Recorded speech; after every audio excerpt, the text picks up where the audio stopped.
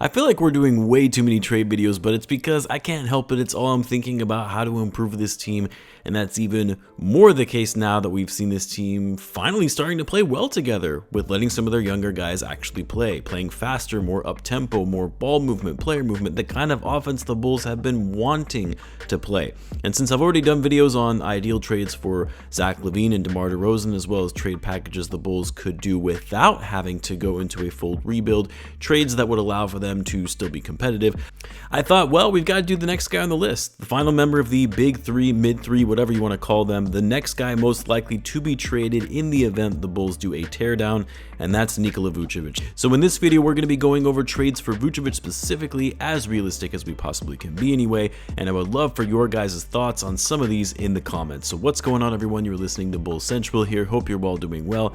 Now, I know I owe you guys a hot takes video I asked on Twitter as well as on the community page last week to leave your hottest Bulls take, because I haven't done a hot takes reaction video in a while, but then other news came up. And now, given the Bulls' two most recent games, I feel like some of these takes are probably dated. So I'm probably going to have to ask for updated hot takes from you guys in the coming days, and then I'll have a video out on that as well. Also, I know some might be expecting a Coby White appreciation video of some kind, and I promise I will be doing something on Coby White, but I do want to see how these next two games go against the Hornets and the Spurs when the Bulls are without Zach Lavine, to see if in fact Coby can still maintain this level of play for a player we've always known for the most part to be a pretty inconsistent player throughout his career. But I do have high hopes that Coby has finally turned that corner, and I've been very impressed with him over the last couple of weeks. But anyway, tangent aside, let's talk about some of these trades for Vucevic. Now, the thing about trading Vooch is that, well, yes, he is still a very productive center.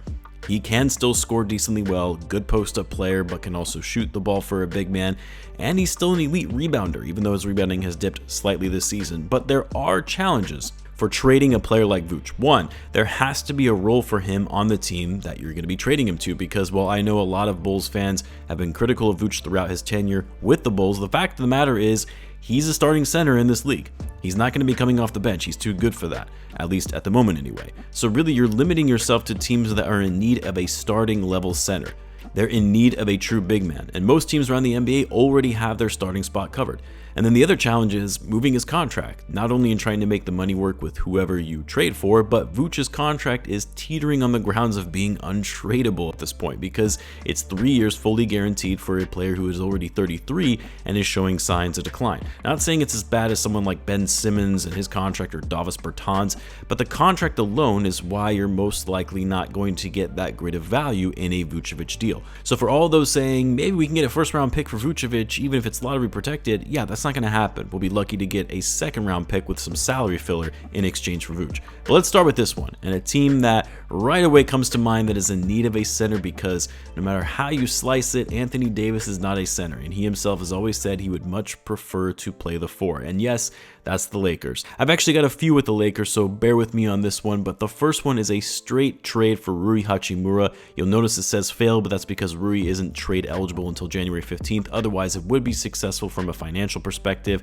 I'm not in love with this because I actually think the Lakers overpay for Hachimura, giving him that 3-year deal, and ideally, if you're going to trade for Vooch, you want to do it in trying to get some of that long-term money off your books. But even despite the contract, it's still cheaper than Vooch's, and obviously Hachimura is significantly younger, only 25 in his prime, and he's a solid scorer, pretty efficient. I think the greatest thing that gives me pause with Hachimura is that he has a history of injuries, hasn't really been able to stay on the court consistently, which is kind of important when you're trading for someone like Vooch, because Vooch, yes, he's older, but he's been one of the most durable players in the NBA, and availability is everything in this league. But for Rui, I mean, when he is healthy, he's a solid rotational player, and getting a return like that for Vooch, who isn't going to be part of your long-term plans anyway, is decent.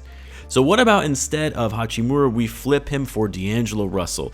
Like the last one, also says fail because D'Angelo Russell can't be traded until January 15th. But in this one, I have a hard time seeing the Lakers agreeing to this, because even though D'Lo, in my view anyway, isn't the best fit for them as a team, I'm also personally not a fan of D'Lo's game, and really the more I think about it, he's kind of the last person I would want on this team to replace a guy like Zach Lavine, a streaky shooter, but can be a little inconsistent with his offense. He can shoot, but he can also shoot you out of games, and also isn't the best decision maker on the court, and like Zach, is pretty bad on defense, especially his off-ball defense and missing switches and assignments. But I guess there is some benefit to it, that you're getting a starting level player in his prime for Vucevic, and a player who is only on a 2-year deal at an annual salary that is still less than Vooch. But yeah, I'm not the biggest fan on this one. Other than that, it would work and would still enable the Bulls to be somewhat competitive. Zach Lavine would obviously have to be traded somewhere else for this to make sense, but that was already going to be the case anyway.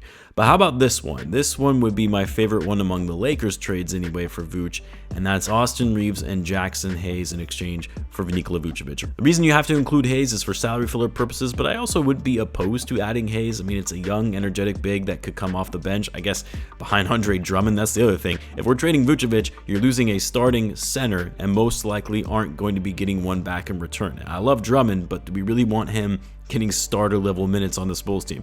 I don't know, maybe we do because he brings far more energy than Vucevic does. But anyway, Reeves, Hayes, the reason I like this one more is because Austin Reeves, in my view, plays the hardest out of all these guys. May not be the most skilled between Hachimura and D'Angelo Russell, but he hustles on the defensive end, can space the floor with his shooting, and he's also on a more team-friendly deal.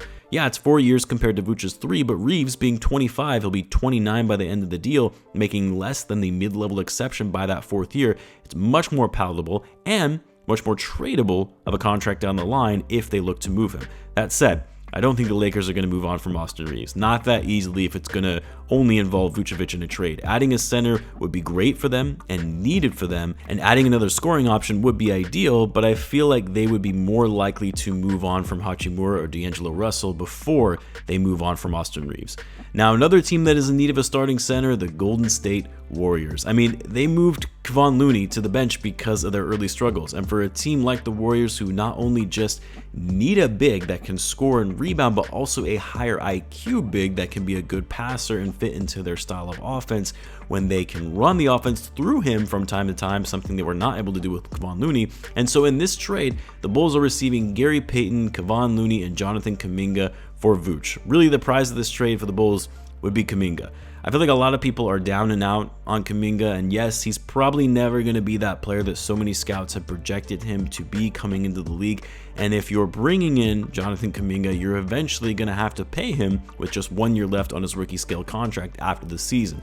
But the way I look at it is this: you take a chance on a flyer like Kuminga, who you never know might thrive in a new role, a new environment, one that is going to be more centered around rebuilding than where he's currently at with the Warriors. And then Looney, so you lose Vucevic, but you would get a center back in return. I'd argue he would be a better starter than Andre Drummond, and young enough and on a cheap deal that he's a player you could work with for now while you figure out your center position down the line. And then Gary Payton, I mean, part of the reason I included him was to match the salary, but also he's a hustle player. Bulls need hustle players, especially on defense. He wouldn't be part of the Bulls' long-term plans, and he's always had challenges with injuries and is currently injured. But that's the thing. If the Warriors are giving up Kuminga, still a young prospect with upside, the Bulls are going to have to be willing to take on some contracts of players the Warriors are looking to offload, and Gary Payton most likely is going to be one of those guys. Also fits a need for the Bulls on their end from a defensive perspective. And then the last trade, kind of a wild one here, but I'm curious to hear what you guys think. This is a trade with the Memphis Grizzlies for Steven Adams, who is obviously out for the rest of the season, and a second-round pick to the Bulls for Vooch. The reason that I could see this one potentially working is because the Grizzlies are still going to try and salvage their season once Ja gets back, which is going to be happening soon. I think it'll prove to be futile for them because they're already in such a deep hole that even with Ja coming back, they're not going to be able to climb out of that in a stacked Western Conference. But I could still see the Grizzlies trying to make a push to compete. That if they feel they can get to the playoffs and they have Ja and all their guys are back and healthy, that they can compete, and with Adams being done for the season, they may look to add another scoring option and a high-level rebounder to their team.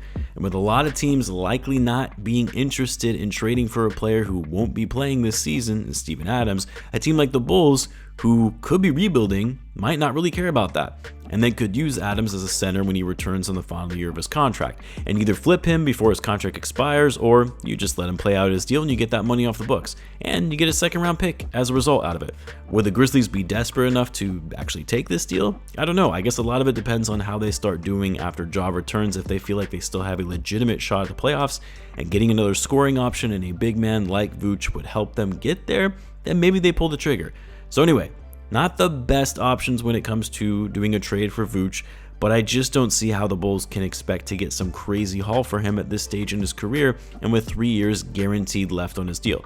But I would love to hear what you guys think though. Let me know some of the trades you guys would like to see for Vooch. Let me know in the comments. As always, be sure to subscribe, and I'll see you in the next one.